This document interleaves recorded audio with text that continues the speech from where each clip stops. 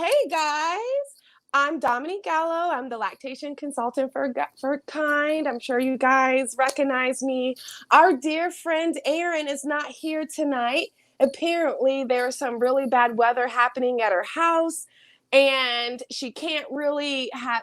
She doesn't really have stable connection right now. Which, girl, I get it.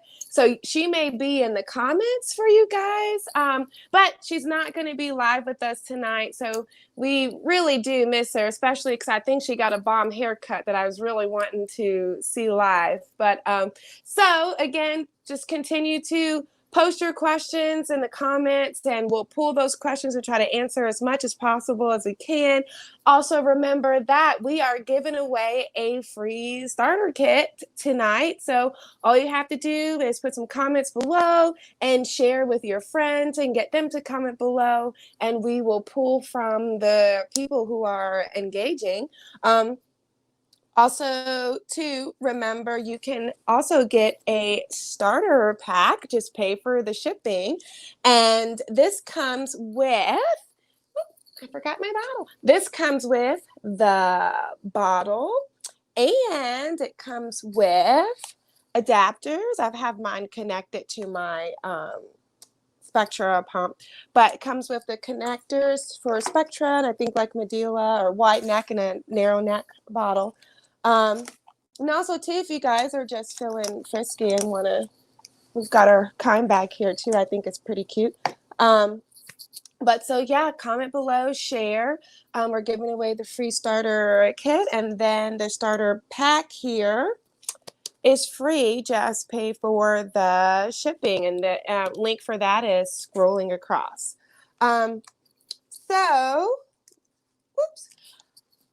So because Erin's having some bad weather, let's talk about how your weather is. List how your weather is down below. It's kind of dark and gloomy here. They said we're going to have a bad thunderstorm here in Virginia. It rained for like 2 seconds. And because it's Virginia, it's humid as I don't know what. As you can see, my hair has lifted so much. It was nice and flat. Now it's kind of frizzy because of the humidity. But yeah, let us know what's happening in your neck of the woods. But let's see, we've got our first question. So let's see, I can't see. Oh, this is, looks like it was pulled from Instagram and the handle is at KCCHA. So it says, my little one is 4 months old. Congratulations on surviving 4 months. And sometimes it's hard to know when he is hungry since he doesn't give any of the cues such as closed fists or crying anymore. Should I put him on a schedule? 4 months old is really tricky. They're in that phase where they are discovering that there is a world outside of their mama. And so they really want to be engaged in it. So sometimes they are very distracted and they don't want to nurse as frequently as they would. If you feel more comfortable putting your baby on a schedule, that's fine, as long as you leave some wiggle room in there for when he does want to cue feed. I think that's totally fine. I wouldn't do like a hard and fast schedule, because in about a month, he will change it up and will do something else different. So if it makes you feel comfortable to put baby on a schedule, then roll with it. But just give some wiggle room for when baby changes their minds. During this time, I always encourage parents to offer more frequently to the baby. You know, if you know it's been at least 3 hours since the baby has eaten, then offer to feed the baby. Maybe take baby into a quiet place where there's not so much distraction, so baby would want to actually nurse instead of trying to engage in his environment. So hopefully that was helpful. However, if it wasn't, or if you have more questions, just comment, or you can also email me at lc@kiinde.com. Let's see if we've got another question. This one looks like it's from Instagram as well. Yay, Instagram questions. This the handle is at Bows and Kilos. I think that's right. So it says, my baby is 6 weeks old and I exclusively pump 8 times a day. I don't notice a difference in my supply when I pump less, but could my supply drop dramatically later if I remove a session? So I don't know. Honestly, you are at the point where your supply is established, so you may have more wiggle room to stretch out a pump session or maybe take one away. Uh, it's going to be trial and error, honestly. If you take a pump session away and you notice after a couple of weeks that your supply is starting to decrease, that is your body saying that it really needs that stimulation of 8 times a day, and you should bring those pump sessions back in. I've had some exclusive pumpers that pump 4 times a day and they got enough milk for their baby for the day. I've also had some exclusive pumpers that I've worked with that really needed to have that 8 to 12 times in 24 hours, or they were not making the amounts that they needed. So if you are wanting to, you can try it out, drop whatever session you are wanting to drop, see how your body responds. If you notice that your supply is tanking, add that pump session back in. Usually, if you respond very quickly, it'll take a couple of days for your supply to kind of boost back up. And then just kind of maintain what you were doing before. But I can't say definitively yes or definitively no, because I don't know how your body's going to respond to missing that pump session. All right. So we've got another one. This one also too looks like it's from Instagram, and this is from @Carolyn A417. Probably screwed that up. I'm so sorry. This says, no matter what baby, no matter what baby will not stay awake for a full feed, diaper changes, cold water, burning, etc. does not work. Any other suggestions? So this is kind of a gray situation. I need to know how old your baby is. I need to know if your baby was born premature. How frequently are you trying to feed said baby? Because all of those things will kind of affect my answer. If your baby was premature, then it makes sense that baby is super sleepy. Preemies aren't that great of feeders. So normally what I tell moms, if that baby doesn't have enough energy to wake up to take on the feed, then mom needs to pump and supplement with her milk and or formula, and then try again at the next feed. Again, if your baby is preemie or if it's full term and you're trying to feed this baby every 2 hours, this could be a sign that your baby does not have the energy to feed every 2 hours, and maybe you need to stretch it an hour and see how baby does at the 3-hour mark. Maybe you're offering too frequently and baby is not interested in eating that frequently, and that's okay. Also too, I need to know, like, again, how old the baby is so I can determine if it's like a supply problem, because sometimes babies fall asleep at the breast if the milk supply is low or if the flow is slow. And that can just be determined by the age of the baby. And, if they go to the breast and they don't want to try, then that can be a cue that the supply is low. So with that being said, since there's so much gray area, please email me at lc@kiinde.com. So, and tell me a little bit more about your story and your baby so that I can help you a little bit better. But in general, I always say, take the baby's clothes off, sit the baby up like you're going to burp the baby, pat baby on the back and rub. It's very stimulating for babies, and they tend to kind of wake up and be a little bit more interactive. Sometimes they'll cry, and they just say, keep going past the crying. And then once they stop crying, they'll be awake and alert, and I'll kind of look around, and then that's when you want to put the baby on the breast.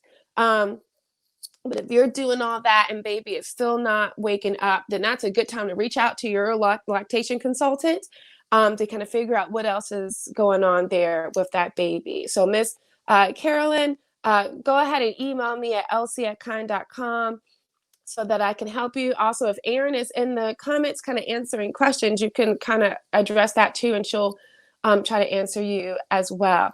All right, so this is from Samantha Hernandez. Says, how can you support your friends and family who want to be successful at breastfeeding? This is an excellent question, and it's not one that I get often.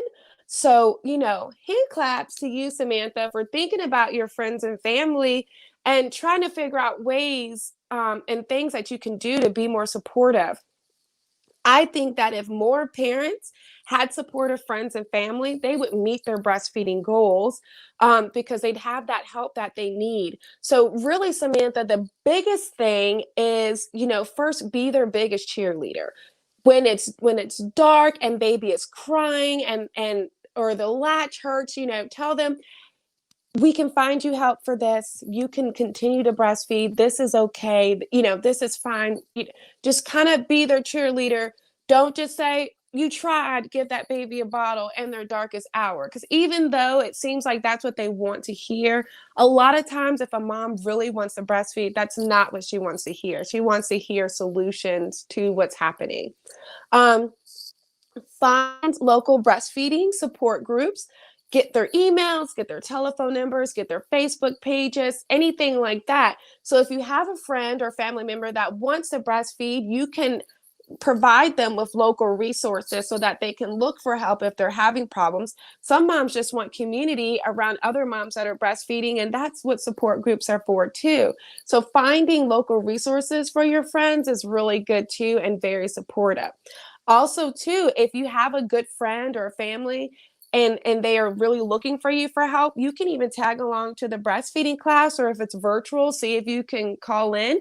That way you can get some of the information, because I will tell you what, speaking from experience, taking that breastfeeding class when you are 5 months pregnant and then having a baby and being sleep deprived and tired and getting those good medications that the hospital likes to give you, you're going to forget everything that you learned 4 months prior. So having a partner or a friend in those breastfeeding classes to kind of remember things that the mom may forget is super helpful. So if you have a friend that doesn't have a partner that wants to go to the breastfeeding class, or maybe you just want to attend so that you know how to help them later, that is awesome.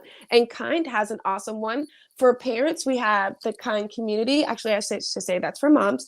And for their support, excuse me, for their support partners, rather it's grandma or dad or whoever, we have Kind companions. And both of those are on Facebook, and you can join those.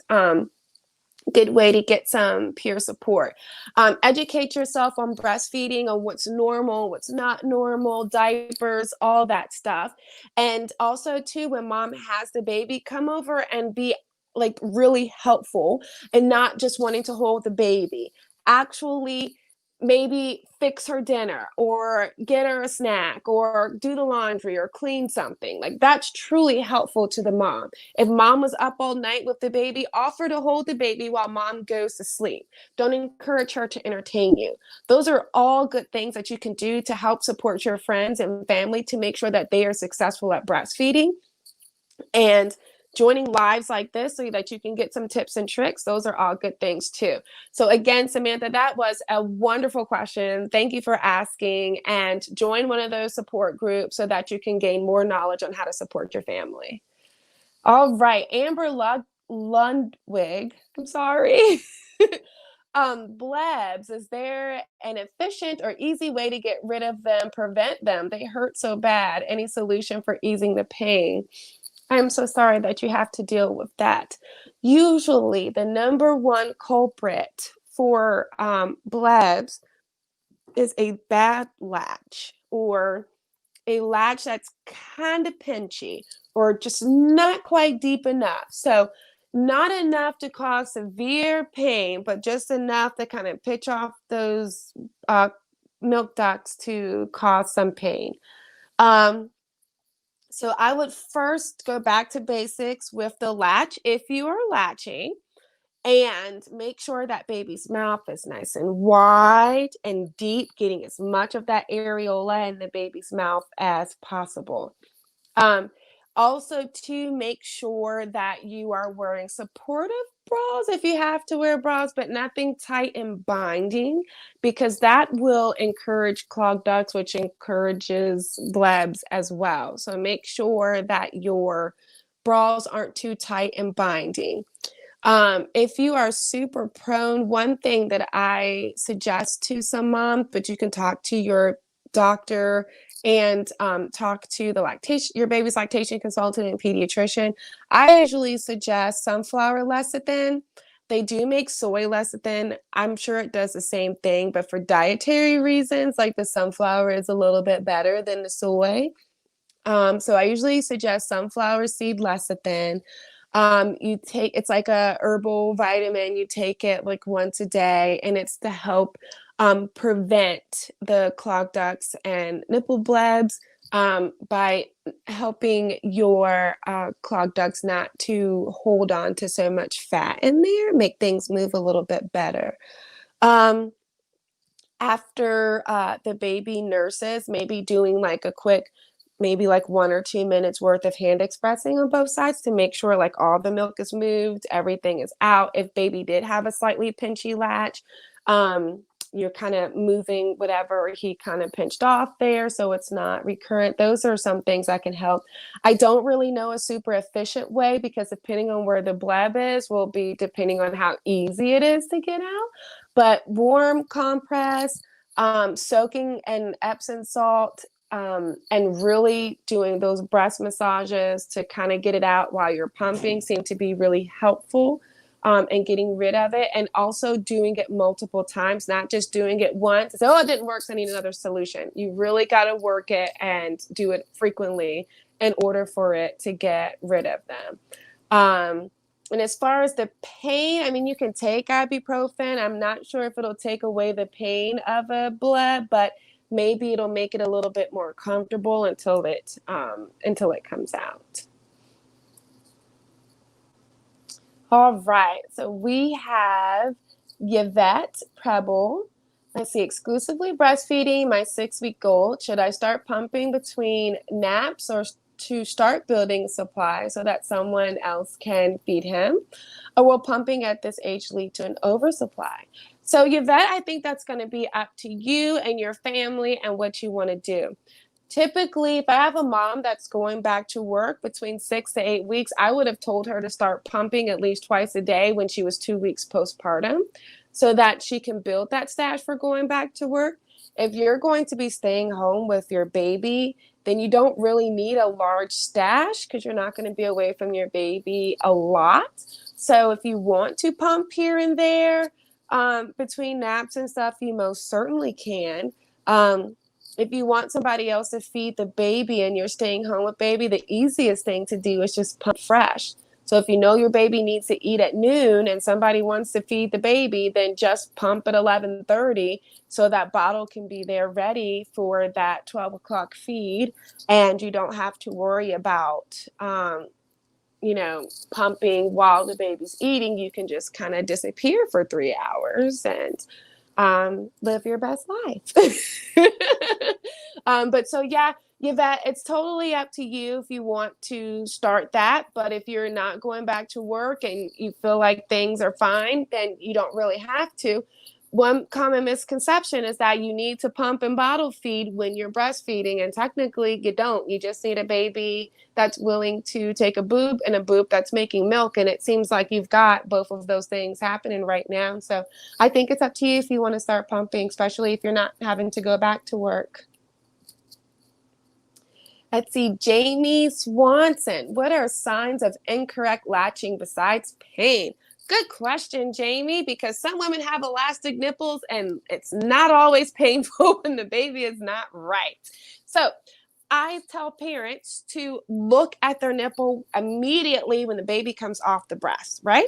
So if the baby is not latched on how they should be, the nipple may be pinched, may have a white compression stripe going down the middle of it. It may look like a new tube of lipstick where it's like pinched at the bottom and kind of round at the top. You may notice that there is maybe like some wet scabbing on the nipple. That's not normal. Sometimes your nipple may change colors, right? So the baby may have pinched you so bad you have vasospasms. So if your nipple is normally like a brown color, it may go to like a deep, deep purple and then maybe blanch white and then like red, so it'll go through like a color change based on how bad the baby's latch is. So if it's not painful, but you don't think it's right, check the shape of your nipple. Your nipple goes in a circle. It should come out a circle. It shouldn't be pinched. There should not be a compression stripe. It should be kind of pink. It shouldn't be bright red. It shouldn't have abrasions on there. There should not be scabbing or anything like that. And your nipple should not be changing colors when the baby comes off the breast. Let's see. Ariane Moore Smith. She's asking, I'm going back to work in a couple of weeks. Baby is very attached to me, and as we know, breastfeeding provides food and comfort.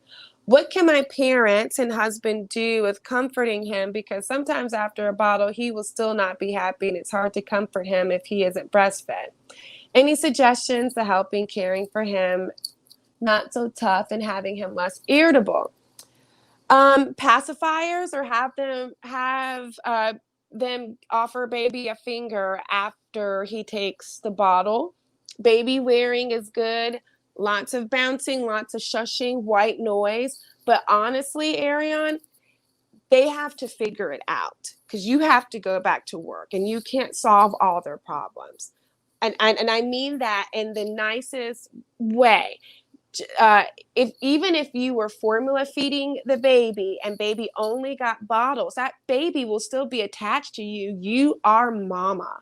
So daddy and grandma and anybody else that babysits is going to have to figure out a way to form that attachment, to form that bond with baby, to figure out baby's needs and address those needs without you being around.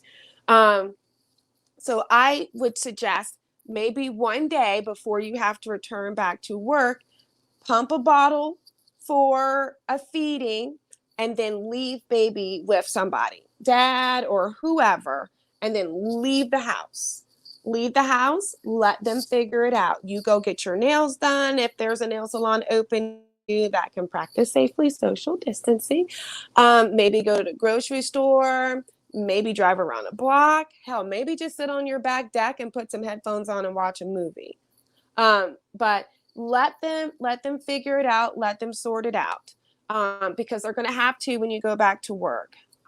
If baby is still kind of irritable after bottles, maybe the bottles need to be paced to slow down, because sometimes a baby's getting the milk super fast. Their eyesight's going to be bigger than their appetite. So it's going to go in there super fast, and they're going to think that they're still hungry because their brain hasn't said, hey, slow down, I'm not hungry. So maybe make sure that they're practicing pace feeding with the bottle. And if they are doing pace bottle feeding and baby is still kind of irritable after nursing, that's totally fine. Offer a pacifier, or have baby suck on a finger if you got a clean finger. If you guys do not want to do pacifiers, babies love being worn. So maybe buy a carrier that they're comfortable with, and they can slide baby in there and just kind of walk around the house or go for a walk. Babies love being warm. They love to hear your heartbeat. They love to feel you breathing. That's comforting to them. And they can get all of that inside of a carrier. Lots of bouncing, lots of shushing, doing some white noise tends to help babies too. So I did not mean to sound facetious if I did, or rude, but your baby is going to be attached to you regardless of how you feed them, because you're mama. You carried this baby. This baby knows you, knew you for all their life. You are the first person they trust. So it's going to be difficult for somebody else to come in and try to pretend to be mama. So they need to form a different bond with baby and make baby feel like they are safe when they are with them as well. And also, too, give yourself some grace. Your baby is young. They'll figure it out and they'll outgrow this. But if not, email me at lc@kiinde.com and maybe I can throw some more tailored suggestions your way. All right, Misty. These are some good questions, by the way, guys. Keep them rolling in. What is your favorite piece of advice? The one thing that no one thinks to ask. Whew. Sorry, I almost knocked down my little stand there. Let's see. My favorite piece of advice would be, gosh, that's a really good question. Thank you, Misty. I would say I tell new parents to lower their expectations and to be patient and to give themselves some grace. Breastfeeding is not easy. It is a learned behavior, and it is hard to learn how to breastfeed your baby when you live in a bottle feeding society. Um, we have lots of pictures of what breastfeeding looks like in a meadow, maybe with a unicorn, and it's so beautiful and there's butterflies around, but that's not how it always is. Breastfeeding is messy, it's frustrating, it can be sad, it can be happy. So the best advice I give moms is to give yourself some grace, lower your expectations, and to be very patient with yourself and the baby. Both of you guys are learning. You're learning something you've never done before, but with help and patience, you guys will get there. Hopefully that was good enough advice. Let's see. Jenna Chan says, I hear mixed answers on when a new mom should start pumping. Any advice? Um, yeah, so again, I will say this is me, Dominique, lactation consultant. This is what I usually suggest to parents. And I will tell you why I suggest this, because I work with lots of moms that have to go back to work, period. Go back to work soon because they do not have paid maternity leave, and they're usually lower income. So, they want to breastfeed, but staying home is absolutely positively not an option. And so what I usually suggest it across the board to all moms, but it just comes from that experience of working with mothers with lower incomes and having to go back to work very quickly. And these moms, I've not heard them say that they had massive oversupply. With that being said, I usually suggest for my moms that have a 6 to 8 week maternity leave, to try to exclusively breastfeed for the first 2 weeks. And then after that, pump once or twice a day, up until you go back to work so that you can start storing milk in your freezer. If you do that, you will have more than enough you need for your first day. Because really you only need however long you're going to be at work, times that by 1 to 1.5 ounces per those hours you're missing, and then that's how much you need for your first day. So if you start once or twice a day at 2 weeks postpartum, then you'll have more than enough you need for your first day. If you are one where you only got 1 week maternity leave, then I usually tell those parents, start pumping as soon as you get home. That way you can bring your full milk in faster, and you can start storing that milk for when you are getting ready to be separated from the baby. My moms that are staying home or have a longer maternity leave, so like 12 weeks or more, which is super rare in our country, but it happens. I tell those moms they have the choice. They can wait a little bit longer, or they can start at 2 weeks. It doesn't really matter. They'll just have more milk in their freezer when they go back to work. If I have a mom that's more anxious, then I'll say, hey, start at 3 weeks if you really need more time to work on that latching. But generally, I work with moms that have a 6 week or less maternity leave. So I usually just tell them, start pumping at the 2 week mark, unless something's wrong with the baby or you're having feeding difficulties, then we may start you pumping right away. So hopefully, Jenna, that helped you. I'm pretty sure I'll get a lot of grief, but that is what works for the moms that I serve. And I've never had anybody complain to me that they had a massive oversupply that they could not handle. Because usually pumping after 2 weeks, your supply is starting to settle down. So the risk of oversupply is minimum, especially if your baby is nursing effectively and efficiently. So hopefully I helped you, Jenna. Let's see. Ariana Campbell, is it okay for baby to use the nipple as a pacifier at night?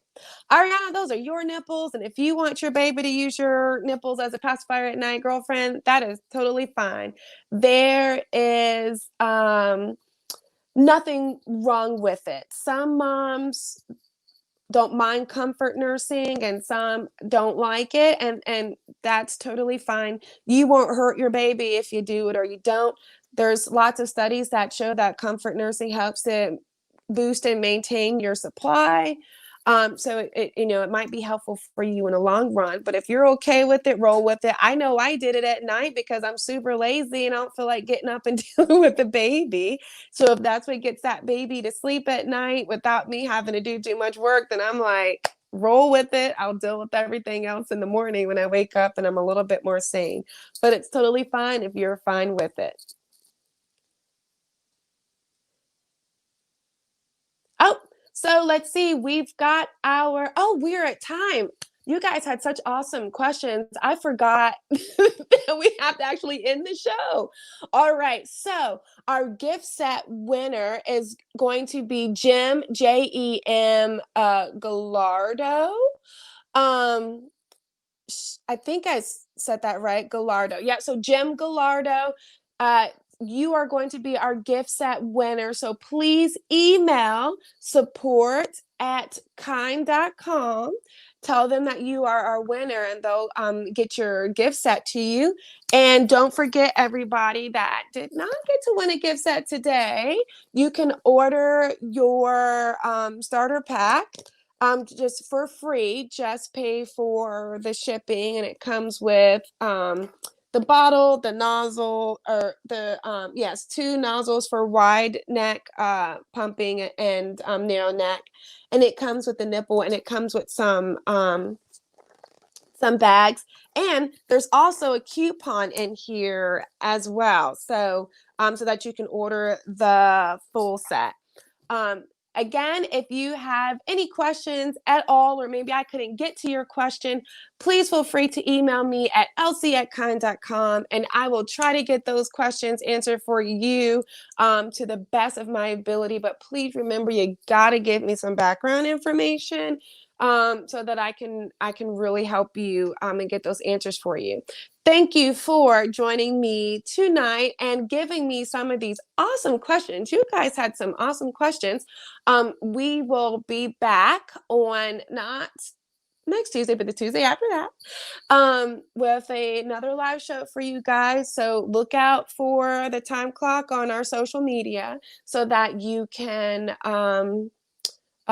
show up. So again, thank you for being on our show, and we'll